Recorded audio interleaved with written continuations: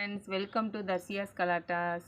இன்றைக்கி நான் பூ எப்படி கட்டுறதுன்னு சொல்ல போகிறேன். எல்லாத்துக்குமே பூ கட்ட தெரியும், ஆனால் பூ கட்ட தெரியாமல் இருப்பாங்கள்ல, அவங்களுக்காண்டி நான் சொல்ல போகிறேன். இதை ஏற்கனவே கட்டின பூ நல்லா இருக்கான்னு பாருங்கள், பார்த்து கமெண்ட் பண்ணுங்கள். இப்போ நான் புதுசாக கட்டுறேன். அதாவது புதுசாக கட்ட போகிறவங்க பெரிய பூவை எடுத்து வச்சு கட்டுங்க, அதான் உங்களுக்கு ஈஸியாக இருக்கும். இப்படி பண்ணிவிட்டு இப்படி பண்ணிங்கன்னா நின்றுக்கணும்.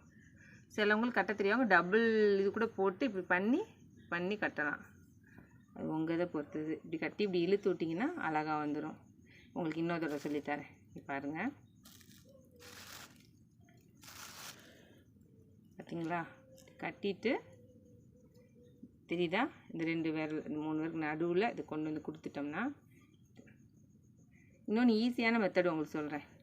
பேப்பரில் நீங்கள் மொதல் கட்டி பழகுறீங்கன்னா, உங்கள் வீட்டில் வேஸ்ட்டு பேப்பர் இருக்கும்ல, அதை கூட எடுத்து இந்த மாதிரி கட் பண்ணிவிட்டு, ஏன்னா நான்லாம் அப்படி தான் கற்றுக்கிட்டேன். இங்கே பாருங்கள், இந்த பேப்பரில் இப்படி வச்சு இப்படி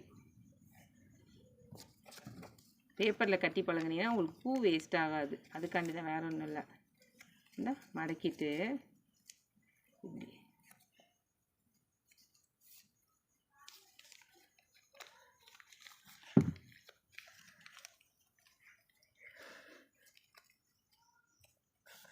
ஓகே ஃப்ரெண்ட்ஸ், நீங்கள் எல்லோரும் கட்டி பழகுங்க. யார் யார் பழகுனீங்கன்னு கமெண்ட் பண்ணுங்கள். Okay bye. இந்த வீடியோ பிடிச்சிருந்தால் லைக் பண்ணுங்கள், இந்த சேனலை சப்ஸ்கிரைப் பண்ணுங்கள். நிறைய இந்த மாதிரி யூஸ்ஃபுல்லான வீடியோலாம் உங்களுக்கு நான் அப்லோட் பண்ணுறேன். பாய்.